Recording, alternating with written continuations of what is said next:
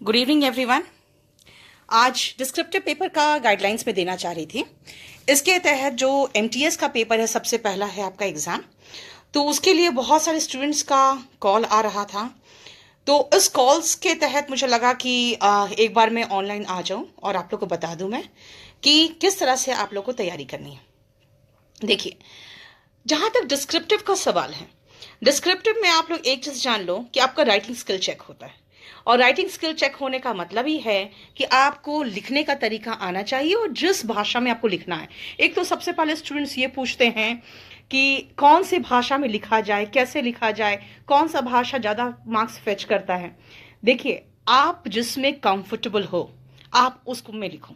कोई जरूरी नहीं है कि आपको ये दिखाना जरूरी है कि मैं देखो इंग्लिश जानता हूं। आप एमटीएस में तो देखो एक चीज है ना कि सिर्फ आपका बेसिक स्किल्स देखा जा रहा है, लेकिन हाँ कट ऑफ अच्छा जाता है, ये जान लो आप। अभी मैं कट ऑफ भी डिस्कस कर दूंगी। तो बेसिक स्किल्स देखा जाता है कि आपका भाषा पे पकड़, आपकी पकड़ कैसी है। और जहां तक भाषा की पकड़ का सवाल है, तो आप हमेशा उस लैंग्वेज में लिखने की कोशिश करो जिस लैंग्वेज में आप कंफर्टेबल हो। कभी भी ऐसे भाषा में लिखने की जरूरत नहीं है जिसमें आप कंफर्टेबल नहीं हो, आधा के बाद सोचने लगो कि हम क्या लिखें। दूसरा क्वेश्चन जो मुझे बार बार स्टूडेंट्स पूछ रहे हैं कि ऐसे में ज्यादा मार्क्स है कि लेटर में।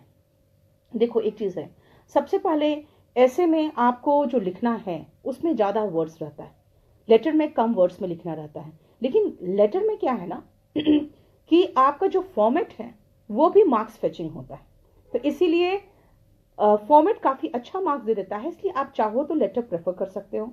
लेकिन मेरा कहना सिर्फ एक ही चीज है कि मुझे नहीं पता, सबसे पहले आप देखो कि जो लेटर और ऐसे आएगा जिसमें आप ज्यादा कॉन्फिडेंट हो, है ना, जिसमें ज्यादा कॉन्फिडेंट हो आपको उसको लिखना चाहिए, और ना कि वो जिसमें आपको लग रहा हो। जैसे अगर मैंने कह दिया कि नहीं लेटर अच्छा होगा लिखना, लेकिन प्रॉब्लम ये चीज है ना कि लेटर अगर आप लिखोगे और आपको पता ही नहीं हो रहा है कि हाँ इसमें लिखना क्या है, तो मार्क्स नहीं मिलेंगे। सबसे पहले जब आपको पेपर मिले, कंसंट्रेट करो उस टॉपिक पे जिसके बारे में आपके पास नॉलेज हो। उसके बाद कंसंट्रेट करो ये सोचने में कि क्या क्या क्या कौन कौन से पॉइंट्स है जिसको डिस्कस करना, अपने माइंड में एक बार सेटअप करो कि हाँ ये पॉइंट है। उसके बाद उनको कहीं पर लिख लो कि ये पॉइंट्स है जिसको मुझे लिखना है। अब तुमको जैसे मैं एक चीज समझा दूं आपको बहुत ही क्लियरली। सबसे पहले मान लो अगर मैं आपको पोल्यूशन की टॉपिक बोल रही हूं, तो सबसे पहले आपको पोल्यूशन क्या है ये लिखना पड़ेगा, है ना। अगर मैं आपको डिफॉरेस्टेशन की बात करूं तो सबसे पहले डिफॉरेस्टेशन का डेफिनेशन लिखोगे ना। यानी पोल्यूशन का अगर आपने सबसे पहले पोल्यूशन का आपने डेफिनेशन लिखा, उसके बाद आप करोगे कि अच्छा पोल्यूशन में कितने कितने टाइप्स के पोल्यूशन होते हैं, उसमें आओगे। अब देखो, अगर आपने डिस्कस किया पोल्यूशन 3 टाइप्स के होते हैं, air pollution, water pollution and noise pollution. तो आप सबसे पहले जब ये डिस्क्रिप्शन आपने दिया, इस फॉर्मेट में आपने लिखा कि air pollution, water pollution and noise pollution. तो जितना एयर पोल्यूशन होता है, जितने टाइप्स के एयर पोल्यूशन होते हैं, वो पूरा डिस्कस करके किस प्रकार से एयर पोल्यूशन, कितने टाइप्स के नहीं, कितने टाइप्स से एयर पोल्यूशन कॉज होता है, उसके बाद उनके रोकथाम कैसे हो सकता है, वो सब डिस्कस करने के बाद, यानी कि सबसे पहले एयर पोल्यूशन कैसे होता है, एयर पोल्यूशन से डिजीजेस क्या होते हैं, और एयर पोल्यूशन का आपके पास सॉल्यूशन क्या हो सकता है, ये खत्म करके जब हम वाटर पोल्यूशन पे जाएंगे तो एयर पोल्यूशन पर डिस्कशन फिर बिल्कुल नहीं होना चाहिए। इसका मतलब है पहले एयर पोल्यूशन खत्म हो गया पूरा, फिर हम वाटर पोल्यूशन पे चले जाएंगे, है ना। अब जब वाटर पोल्यूशन को भी उसी तरह से आप डिस्कस करोगे कैसे होता है, उसके बाद उससे क्या क्या डिजीजेस होती है, और उसके बाद कि उनके आपके सॉल्यूशन क्या है एयर पोल्यूशन का, वो खत्म हो जाए, तो उसके बाद फिर नॉइस पोल्यूशन पे जाओगे, है ना। इसका मतलब है कि पहले आप दिमाग में सेट कर लो कहीं पर अपने ही लैंग्वेज में, जिसको कहते हैं शॉर्ट फॉर्म में, कि हाँ क्या क्या पॉइंट डिस्कस करना है मुझे एयर पोल्यूशन में, क्या क्या डिस्कस करना है वाटर पोल्यूशन में। यानी कोई इंपॉर्टेंट पॉइंट छूट ना जाए कि फिर आप एयर पोल्यूशन खत्म हो गया, वाटर में हम आधा पहुंच गए हैं, फिर अफसोस हो रहा है कि ये तो बहुत इंपॉर्टेंट पॉइंट था, बहुत अच्छा पॉइंट था जो छूट गया, तो आप उसको फिर नहीं ला सकते।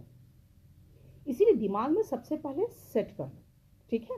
अब कई लोग सोचते हैं ना कि जो पोएम्स भी है वो भी दिल से निकलता है, शेर व शायरी तो बिल्कुल दिल से निकलती है, इसलिए शेर व शायरी बस जो निकल गया ऐसा कुछ नहीं है।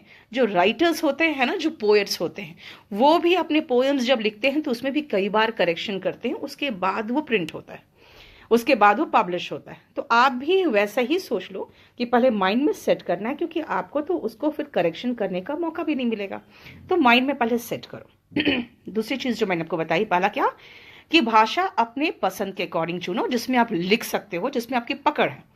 दूसरा मैंने क्या कहा आपको कि जो लिखना है उसके बारे में आपको जानकारी होनी चाहिए। देखो, डिस्क्रिप्टिव पेपर में आपको बता दूं कि ये मैंने आज, इसलिए मैं एमटीएस की बात कर रही हूं क्योंकि एमटीएस का पेपर है। अदरवाइज मैं आपको बात कहूं तो डिस्क्रिप्टिव में हमेशा ये जो मैं कह रही हूं ना, बिल्कुल यही चीज हर जगह लागू करोगे, चाहे वो कोई भी पेपर हो। देखो, इस बार 10,000 से ऊपर वैकेंसी है, इसीलिए कट ऑफ तो नीचे जाएगा, क्योंकि अब 1900 वैकेंसी था पहले, इसके पहले तो उसमें कट ऑफ ऊपर गया। इस बार 10,000 से ऊपर वैकेंसी है तो कट ऑफ नीचे जाएगा। लेकिन क्या है ना, कई बार स्टूडेंट्स कहते हैं यार मैम ये अब क्या इतने खराब दिन आ गए कि मैं एमटीएस का एग्जाम दूं। एमटीएस का एग्जाम दे के नौकरी मिल जाए तो अच्छी बात है यार, क्योंकि आपका तो बस एक ही टारगेट, जो आप लोग सोचते हो ना, आपका टारगेट है मुझे इंस्पेक्टर बनना है। मेरा ये कहना है कि इंस्पेक्टर बनना तो होगा ही आपको, आपका टारगेट तो उसके बाद सिविल सर्विसेज होना चाहिए, क्योंकि छोटा लक्ष्य एक अपराध है, लेकिन कब तक घर पे बोझ बने रहोगे, ये भी तो बात है ना बेटा। इसीलिए सबसे पहले तो आप इसमें जो गाइडेंस हो सकता था, मैंने सोचा मैं ऑनलाइन आके दे दूं, क्योंकि डिस्क्रिप्टिव पेपर में जनरली बच्चे या तो हिंदी के टीचर के पास दौड़ते हैं, और हिंदी के टीचर पूरे सालों भर तो बाजार में नहीं दिखते हैं, वो तभी दिखते हैं जब आपको यूपी का कोई एग्जाम आता है, चाहे एमटीएस के पेपर आते हैं तभी। तो जनरली स्टूडेंट्स मेरे पास आते हैं और बहुत बहुत कॉल्स करते हैं, तो इसीलिए मैंने सोचा कि चलो मैं आपको ये समझा दूं। अब देखो, ये डिस्कशन खत्म हो गया, उसके बाद आता है कि किस तरह का भाषा का प्रयोग किया जाए कि अच्छे मार्क्स मिले। आपको पता है कई लोग ये गलतफहमी में रहते हैं कि हमें बहुत ही डिफिकल्ट लैंग्वेज यूज करना चाहिए, थोड़ा अच्छा स्टैंडर्ड का। देखो, अगर आप हिंदी की बात करोगे तो आप हिंदी में बहुत सारी ऐसे शब्द इस्तेमाल करते हो स्पोकन इंग्लिश, स्पोकन हिंदी में, जो रिटन हिंदी में ठीक नहीं होता। रिटन हिंदी में उसके लिए एक पर्टिकुलर वर्ड होता है, ठीक है। तो आप ये ध्यान रखना कि आपको रिटन हिंदी को, इसका मतलब है हिंदी अच्छा शुद्ध हिंदी, डिफिकल्ट हिंदी की बात नहीं कर रही हूं मैं, शुद्ध हिंदी।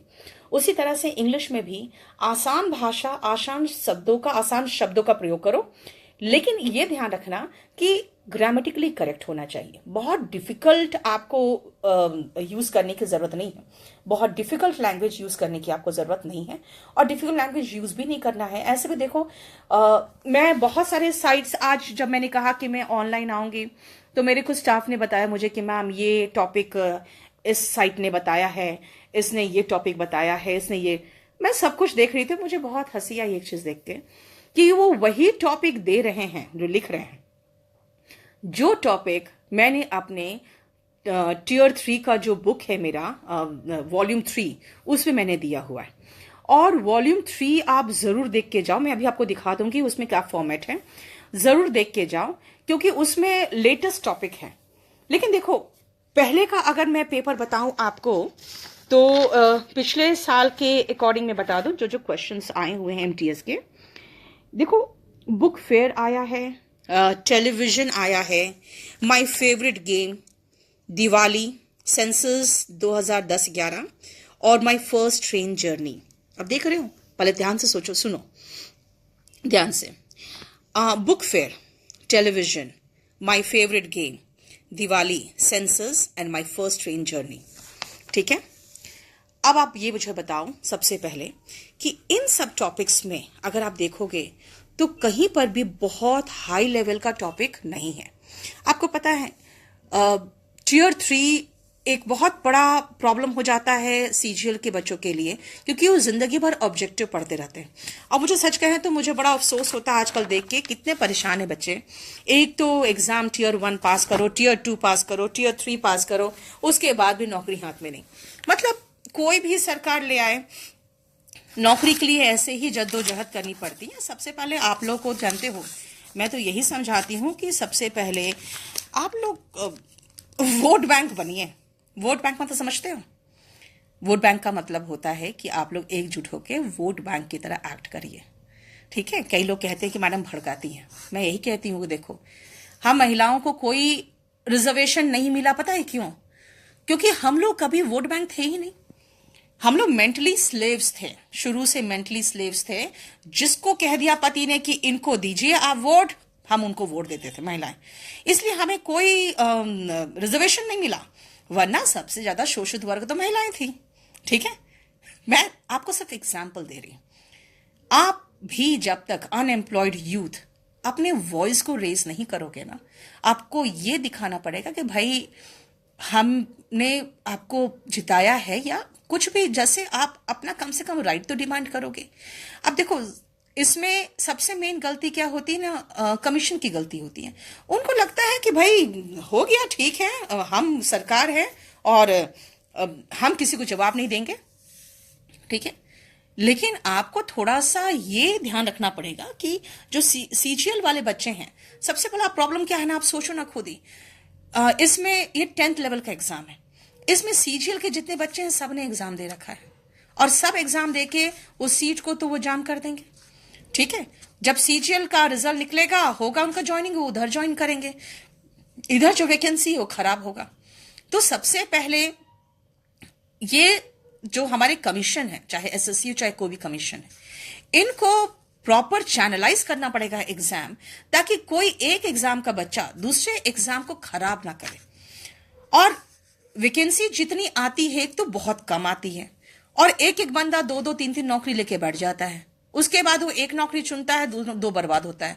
तो ये सारे जो सिस्टम की खामियां है ना, सबसे पहले ये दूर करना पड़ेगा।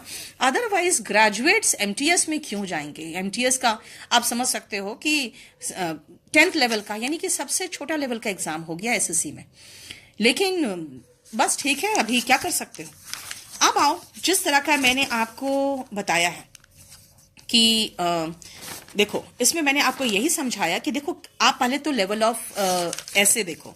अगर आप लेवल ऑफ ऐसे देखोगे तो आपको मैं समझा दूं कि उस लेवल ऑफ ऐसे को देखकर आप बहुत भारी भरकम आप अभी किसी ने इसमें पूछ रहा है मुझे कि केडी कैंपस क्या बंद होने वाला है, तो मुझे बड़े आश्चर्य की बात, हंसी आती है सोच के कि ऐसे ऐसे क्वेश्चन आप यहाँ पे करोगे।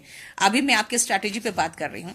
केडी कैंपस ना कभी बंद हुआ है और ना होगा। हाँ, ये है कि कुछ एमसीडी की सीलिंग की ड्राइव यहाँ पे चल रही है, लेकिन हमने बहुत ही शानदार कैंपस, बहुत बड़ा कैंपस ले लिया है, जो हम लोग मुखर्जी नगर भी नहीं छोड़ेंगे, क्योंकि मुखर्जी नगर में ग्राउंड फ्लोर छोड़कर और अलाउड नहीं है। तो मैं आपसे डिस्कस यही कर रही थी कि हम लोग यहाँ पे मुखर्जी नगर में तो होंगे ही, और मुखर्जी नगर में मैक्सिमम क्लासरूम सब शिफ्ट कर रहा है जहांगीरपुरी मेट्रो स्टेशन के पास। तो वहां पर मेट्रो स्टेशन के बिल्कुल नजदीकी से जो हरियाणा से बच्चे आते हैं, और उधर जितने भी हरियाणा की तरफ से या उधर से बच्चे आते हैं, वो 4 स्टेशन पहले ही उतर जाएंगे, और उनको मेन रोड पे बहुत ही बढ़िया बिल्डिंग में ही हमारा पूरा कैंपस मिल जाएगा। केडी कैंपस अपने नाम से जो कैंपस वर्ड था, तो शुरू में हमारे 1-2 लोग कहते भी थे कि नाम केडी कैंपस है आपका, तो कैंपस ही नहीं दिखता है। तो शायद ये किसी को बुरा लग गया, और उन्होंने पूरा का पूरा मुखर्जी नगर में ही केडी कैंपस बना के रख दिया था। आप केडी कैंपस में का यहाँ पे काफ़ी क्लासरूम्स होंगे जो लीगली हम चला सकते हैं, लेकिन 40 से 50 हॉल्स हमारे एक जगह पे शिफ्ट हो जाएंगे, और वो आपको जहांगीरपुरी मेट्रो स्टेशन के पास ही होगा। एकदम बिल्कुल मेट्रो स्टेशन के पास है, बड़ी सी बिल्डिंग होगी, वहां आपको केडी कैंपस का बोर्ड दिख जाएगा। चलिए वापस आते हैं। अब आइए, जैसे मैं आपको बता रही थी कि लेवल देखो ऐसे का, पहले तो हम लेवल ऑफ ऐसे डिस्कस कर ले कि बहुत आसान ऐसे आते हैं, डिफिकल्ट ऐसे नहीं आएंगे जो आप लोग सोचते हो। देखो, जैसे अगर मैं सोचूं कि किस तरह के ऐसे आना चाहिए, तो मेरा एक तो जो मेरा वॉल्यूम 3 है उसको एक बार देख लेना। उसके अलावा जैसे मैं मान लो फीमेल फीटिसाइड है, बहुत इंपॉर्टेंट टॉपिक हो गया है ना। उसके बाद ऑनर किलिंग हो गया, समझ रहे हो आप लोग। जेंडर डिस्क्रिमिनेशन हो गया, जो मैं सोच रही हूं। इलिटरेसी हो गया, रैगिंग हो गया। उसके बाद जैसे girl child, education of girl child, media या रोल ऑफ मीडिया, ठीक है। उसके बाद जैसे ईव टीजिंग हो गया, पॉपुलेशन एक्सप्लोजन की बात कर सकते हो आप, है ना। पॉवर्टी इन इंडिया की बात कर सकते हो, प्रॉब्लम ऑफ अनएम्प्लॉयमेंट बहुत हॉट मुद्दा हो गया। सुपरस्टिशन की बात कर सकते हैं हम, कास्टिज्म, डाउरी सिस्टम, है ना। उसके बाद करप्शन, उसके बाद आप कह सकते हो इंडियन सिनेमा की बात कर सकते हो। ये सब बिल्कुल नॉर्मल, जैसे क्लीनलीनेस की बात कर सकते हो। अगर क्लीनलीनेस है तो ठीक है, क्लीनलीनेस अगर देखोगे तो स्वच्छ भारत अभियान तो उसी के अंदर आ जाएगा। उसके बाद मोबाइल फोन्स की बात कर सकते हैं, यूज एंड मिसयूज की बात कर सकते हो। फिर women, role of women in society की बात कर सकते हो, है ना। साइंस, बून और बेन, ये कह सकते हो आप। उसके बाद नेचुरल डिजास्टर कह सकते हो। जैसे नेचुरल डिजास्टर मैंने टियर 3 के समय में कहा था कि नेचुरल डिजास्टर देख लेना, तो नेचुरल डिजास्टर में ही अर्थक्वेक था, जो अर्थक्वेक आ गया। हालांकि वो बिल्कुल ऐसा अनएक्सपेक्टेड सा टॉपिक था कि ग्रेजुएशन लेवल में तो वो टॉपिक नहीं आना चाहिए था, लेकिन ठीक है आ गया तो डजेंट मैटर, ठीक है। डिजास्टर में जैसे मैंने कहा नेचुरल डिजास्टर की बात की है। उसके बाद right to education, then sex education in schools, समझ रहे हैं आप लोग। तो ये सब चीजें हैं ना, थोड़ा बहुत इसमें आप देख लोगे, यही सब टॉपिक है। जैसे yoga, importance of yoga in daily life, ठीक है। और जैसे देसी कंपनीज, तो देसी कंपनीज में से बाबा रामदेव ने एकदम रिवॉल्यूशन लेके आ गए हैं वो। तो ये सब टॉपिक्स है जो नॉर्मल टॉपिक है। 10th लेवल में इससे ज्यादा टॉपिक आना नहीं चाहिए, ठीक है। और अगर आप कोई टॉपिक सजेस्ट करते हो तो आप हमारे उसमें छोड़ देना, इसमें आप कमेंट्स में, तो बच्चे और भी देख लेंगे कि कौन कौन सा टॉपिक आप भी सजेस्ट कर रहे हैं, ठीक है ना। अब आओ मैं समझा दूं आपको, लेटर के बारे में समझा दूं। ये सब टॉपिक्स था जो, अब ध्यान रखना एक चीज और, जब आप टॉपिक किसी के बारे में लिखते हो, जैसे पोल्यूशन मैंने कहा, ठीक है ना, पॉपुलेशन एक्सप्लोजन कहा, तो आप जैसे लिखोगे ना ये टॉपिक पे, तो सबसे पहले आपको लिखना चाहिए एक सुंदर सा ब्यूटीफुल स्टार्टिंग करना चाहिए, स्टार्टिंग, ठीक है। ब्यूटीफुल जब स्टार्टिंग करते हो तो क्या तो कोई अच्छा सा ऐसा कुछ लिख दो टॉपिक स्टार्टिंग में, कोई इडियम या फ्रेज यूज कर दो, या कोई अच्छा सा शुरुआत कर दो, कुछ ऐसा लाइन से जो अट्रैक्ट करे। उसके बाद उसके डेफिनेशन में आओ कि हाँ, इसको आप जो ये टॉपिक है वो है क्या, उसको डिफाइन करो, ठीक है। और उसके बाद जो काफी उसके बारे में डिस्कशन करना है, तो पैराग्राफ वाइज डिस्कशन करना, यानी पहले उस मुद्दे की बात करेंगे।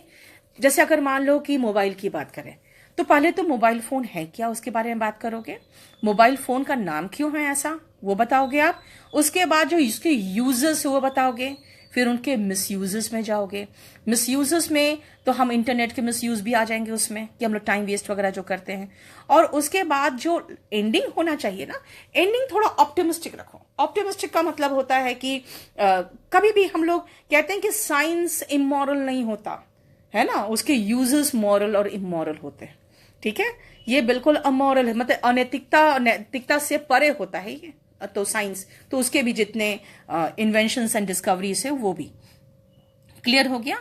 उसके बाद आओ आप जो लेटर की बात अगर हम करें, आपको देखिए लेटर का मैं आपको दिखाऊंगी कि किस तरह का लेटर होता है। जैसे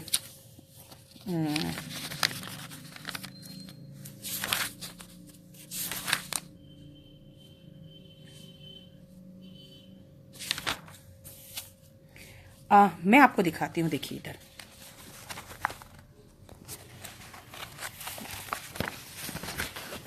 ये देखो, जब आप लेटर की बात करोगे तो सबसे पहले देखिए ये जो एग्जामिनेशन हॉल XYZ सिटी है, यानी कि आप कहां से लिख रहे हो वो है ना, दिख रहा है आपको।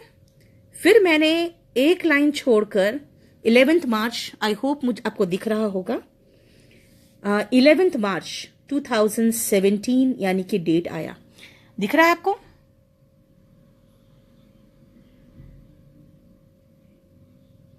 ठीक है, देखिए 11 मार्च 2017 लिखा हुआ है, ठीक है।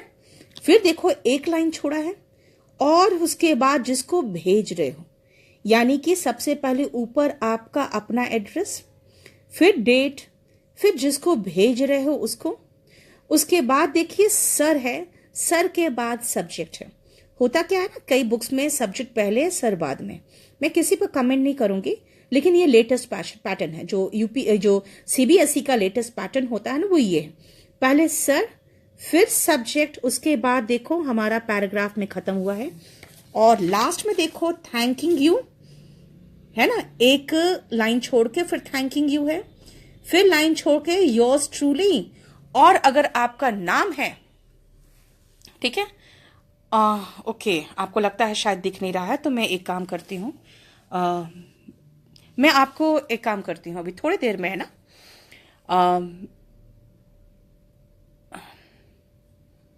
मैं थोड़ी देर में आपको एक सैंपल आपको अभी पोस्ट कर दूंगी मैं फेसबुक पे, ठीक है, सैंपल पोस्ट कर दूंगी फेसबुक पे, क्योंकि मैं चाह रही थी कि मैं ऐसे दिखा दूं, लेकिन शायद आपको दिख नहीं रहा है प्रॉपर तरीके से, आई कैन अंडरस्टैंड, प्रॉपर दिख नहीं रहा है, तो इसीलिए मैं आपको अभी थोड़ी देर में एक सैंपल पोस्ट कर दूंगी, ठीक है।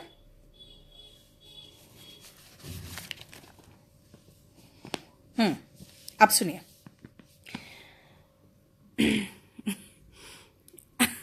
कुछ लोग यहाँ पर ये भी लिख रहे हैं कि कुछ हमारे स्टाफ और टीचर तोड़ने वाले, बेटा बात क्या है ना,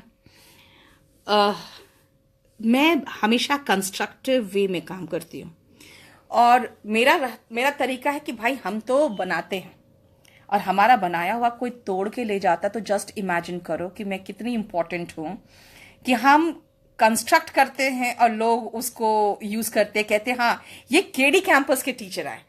बात क्या है ना, कुछ लोग कहते हैं कि मैम आपका टीचर वहां पर पढ़ाया है, वो कर रहा है, वो यहां से जा रहा है। मेरा कहना, देखो जस्ट इमेजिन करो, ये तो मेरा ही प्रचार कर रहे हैं कि भाई देखो हमारे टीचर किसी काम के नहीं थे, इसलिए हमें केडी कैंपस के टीचर को तोड़ के लाना पड़ा अपना इंस्टीट्यूट चलाने के लिए।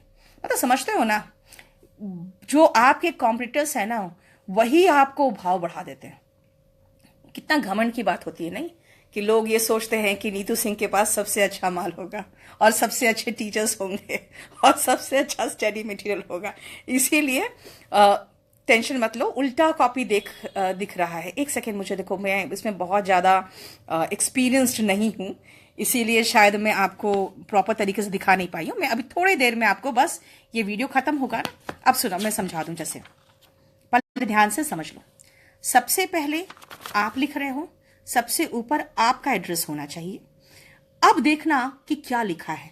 अगर लिखा है you are Rajiv Kumar from Dilshad garden new Delhi, और उसके बाद लिखा हो कि आपको ये प्रॉब्लम है, आप इनको ऐसे लेटर लिखिए, तो आप अपना नाम क्या लिखोगे, राजीव कुमार दिलशाद गार्डन न्यू दिल्ली, है ना, सबसे ऊपर जो सेंडर एड्रेस होता है उसमें, यानी राजीव कुमार दिलशाद गार्डन न्यू दिल्ली सबसे पहले।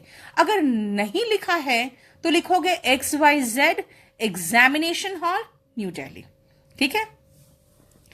दिस मीन्स व्हाट,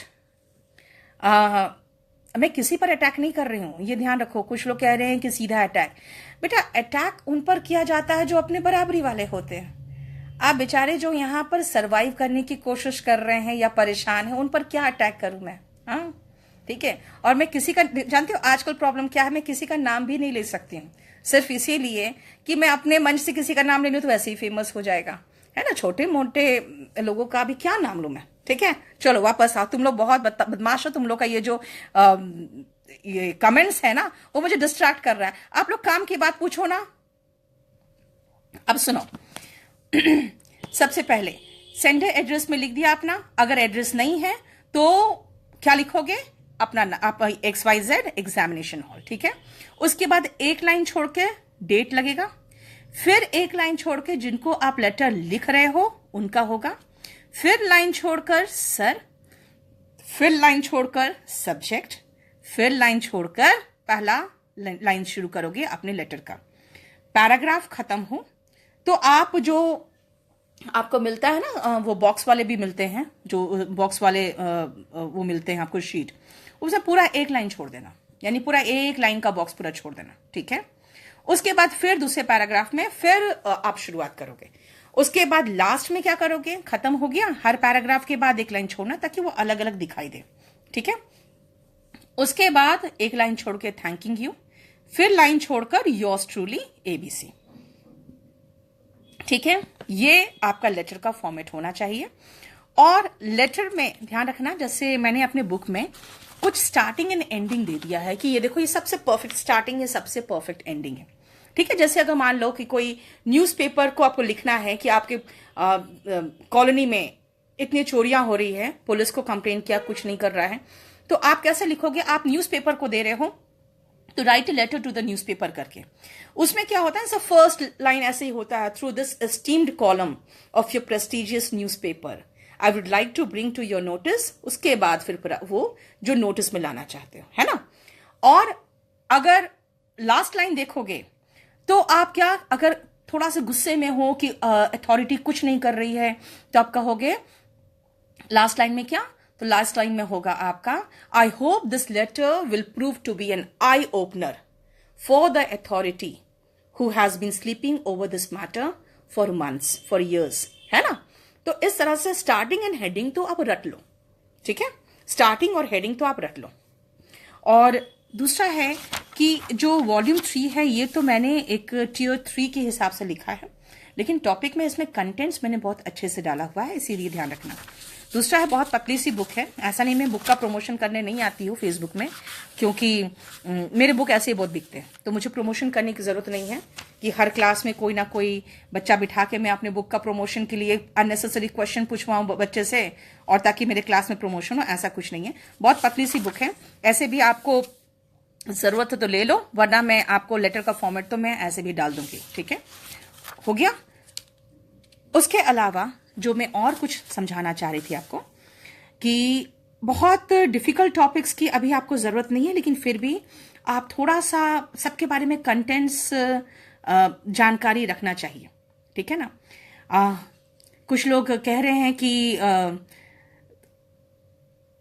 जानते हो आपके जो कमेंट्स है ना, वो मेरे बीच बीच में देख ले रही हूँ। कमेंट्स देखना जरूरी हो जाता, कहीं आप कुछ पूछ तो नहीं रहे हो, इसलिए मैं आपसे थोड़ा सा रिक्वेस्ट करूंगी कि आप लोग है ना वही क्वेश्चन पूछिए जो एग्जाम से रिलेटेड है, वरना आप ऐसी ऐसी बातें लिख रहे हो ना कि मुझे बस देख के सुन के हंसी आ जाती है।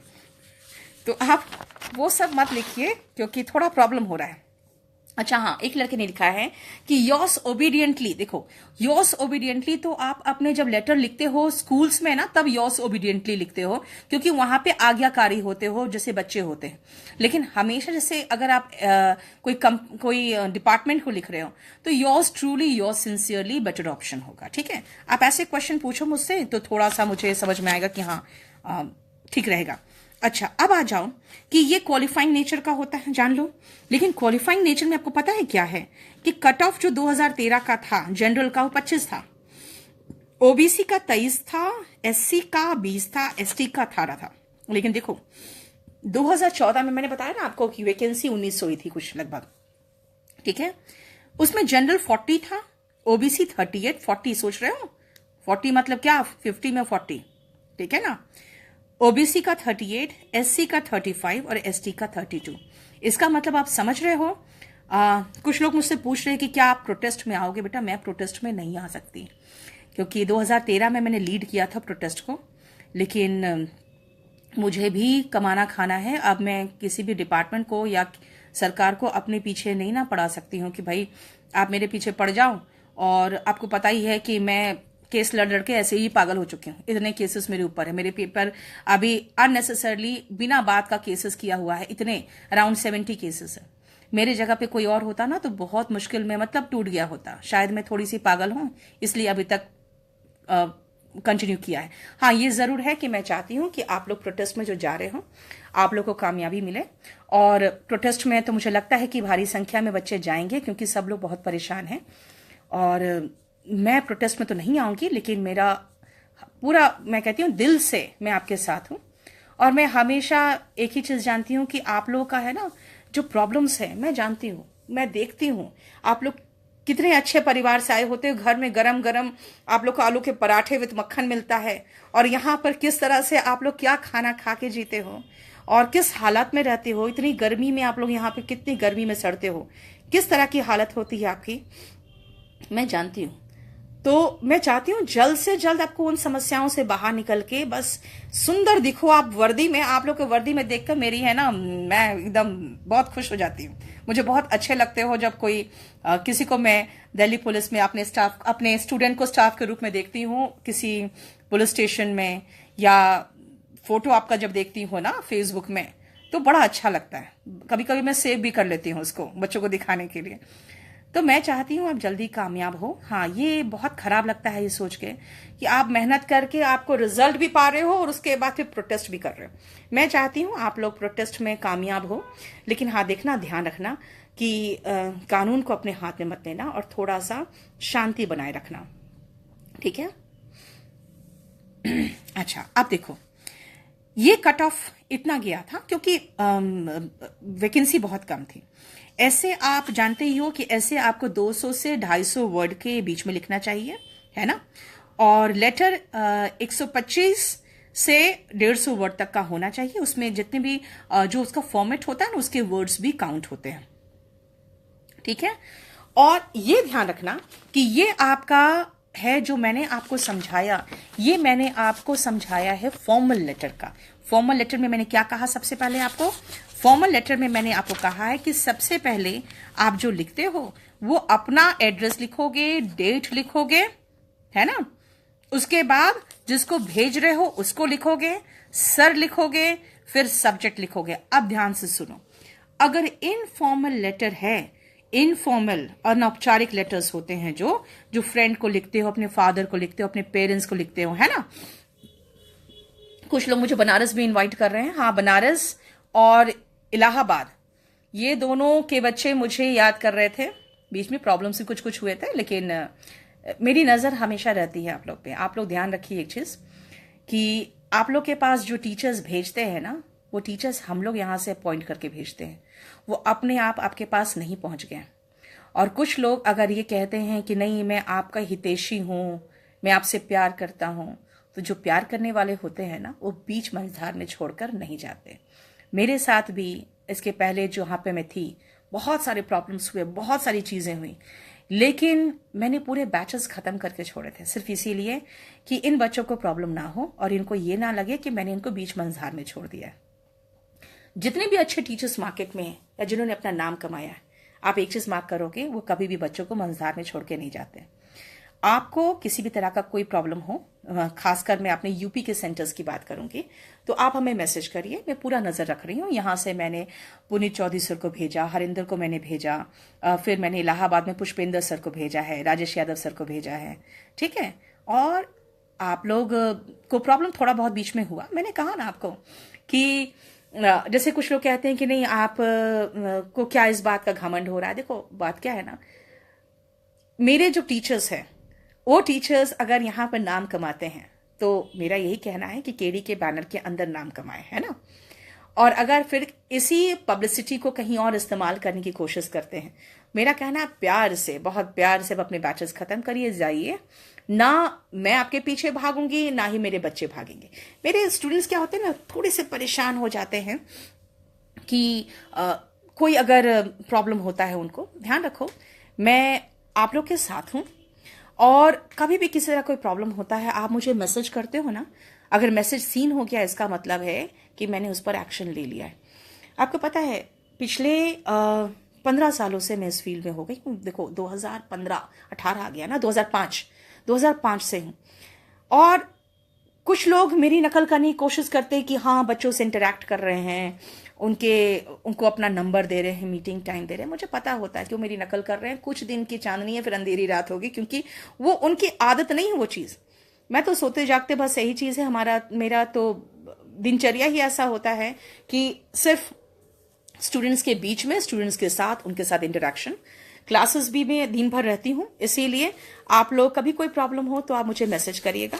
आपको मेरा नंबर तो मिल ही चुका होगा। देखो इतने आसानी से कोई लड़की नंबर नहीं देती आप लोगों को, मैं जितना आसानी से देती हूँ। लिख लीजिए नंबर 8860330003, 8860330003। लेकिन ध्यान रखो, फोन नहीं करना, फ़ोन में उठा नहीं पाती हूँ बहुत बार, इसीलिए आप सिर्फ मैसेज करना या व्हाट्सएप करना। कोई भी प्रॉब्लम होगा मैं आपको मैसेज कर दूंगी। लेकिन देखो बात क्या है ना, आप फोन करके पूछोगे मैडम लेटर कैसे लिखे, मैडम ऐसे कैसे लिखे, तो देखो ये इतना लंबा लंबा चीज है, मैं नहीं बता सकती हूँ आपको फोन में। इसीलिए मैं ऑनलाइन आई हूं कि आप लोग ध्यान से समझ लीजिए। क्या कहा, इनफॉर्मल लेटर में सबसे पहले अपना एड्रेस, डेट, सीधा डियर, और नाम दिया है तो उसका नाम लिख दो, और अगर नाम नहीं दिया है, हाँ जी आरडी कैंपस हमारा ही है। किसी ने पूछा है अभी कि आरडी कैंपस क्या आपका ही, आरडी कैंपस भी हमारा है। आरडी कैंपस से मैं छोटे शहरों में जा रही हूँ, और ये मेरे मदर के नाम पर है। मदर का नाम है मेरा रानू देवी, और मेरे फादर के नाम पर केडी कैंपस है। मुझे लगता है कि पता है आप लोग जो सर झुकाते हो भगवान के आगे और पूजा पाठ करते हो, बड़े बड़े अंगूठियां पहनते हो, मेरा कहना है सिर्फ माँ और बाप को अपना सम्मान दे दो ना। अपने माता पिता से बड़ा भगवान कोई नहीं होता, उनको सम्मान दो, उनके लिए कुछ करने की कोशिश करो। और आप कर्ज कभी नहीं उतार सकते अपने मदर और फादर का, ये तो भूल जाओ कि आप कुछ कर लोगे या कर्ज उतार लोगे अपने पेरेंट्स का, कभी नहीं उतार सकते हो, चाहे आप जितने भी बड़े तोप हो। ठीक है, हाँ 8860333003 ये नंबर, ठीक है। लेकिन ठीक है, कुछ कर लोगे ना और उनके नाम से या उनको थोड़ा सम्मान दे दोगे तो पता है वो बहुत खुश हो जाते हैं। वो मैं फ्रैंकली बताऊं, बीइंग अ मदर ऑल्सो, माँ बाप जितने आसानी से प्यार से आप उनको पटा सकते हो ना, उतनी आसानी से दुनिया में कोई नहीं पटता। ठीक है, और हम लोग अपने बाल बच्चों के हाथों बहुत जल्दी मूर्ख बनते हैं और मूर्ख बनने में खुश भी होते हैं। इसीलिए उनको बस थोड़ा सा प्यार दो और उसके बाद देखो, आपको आशीर्वाद चाहिए ना, आपको सक्सेसफुल होना है, अपने घर में पेरेंट्स की पूजा करो और पेरेंट्स को सम्मान दो, उसके बाद ऐसे ही सक्सेसफुल हो जाओगे। वापस आइए, इसलिए आरडी कैंपस हमारा ही है, और आरडी कैंपस का मेरठ में सेंटर खुला है और ग्रेटर नोएडा में, और कम फीस में वही सेम क्वालिटी हम प्रोवाइड कर रहे हैं। आप उसमें जरूर आइए। आइए फिर वापस देखिए मैंने क्या क्या मना किया आपको। सबसे पहले जिनको आप भेज रहे हैं उनका एड्रेस नहीं होगा किसमें, इनफॉर्मल लेटर में। नीचे योर्स ट्रूली, योर्स ओबीडियंटली, ये सब नहीं होगा। क्या होगा, योर्स एफेक्शनेटली, है ना। दूसरी बात है, जो आखिरी लाइन भी होता है, आखिरी लाइन भी आप ऐसा फॉर्मल नहीं रहेगा। ठीक है, जैसे हम एक आपको सुनाते हैं। फॉर्मल लेटर का लास्ट लाइन मैंने लिखा है, I hope you will look into the matter seriously and do the needful. हो गया। अब आ जाओ इनफॉर्मल लेटर में, उसमें क्या है, convey my regards to your parents and love to your little sister. देख रहे हो, दोनों का तरीका अलग अलग होता है ना। अब इसके अलावा मैं सोच रही हूं कि आप लोग को थोड़ी देर में मैं एक क्लिक करके पिक खाली फॉर्मल और इनफॉर्मल लेटर को भेज दूंगी। ठीक है,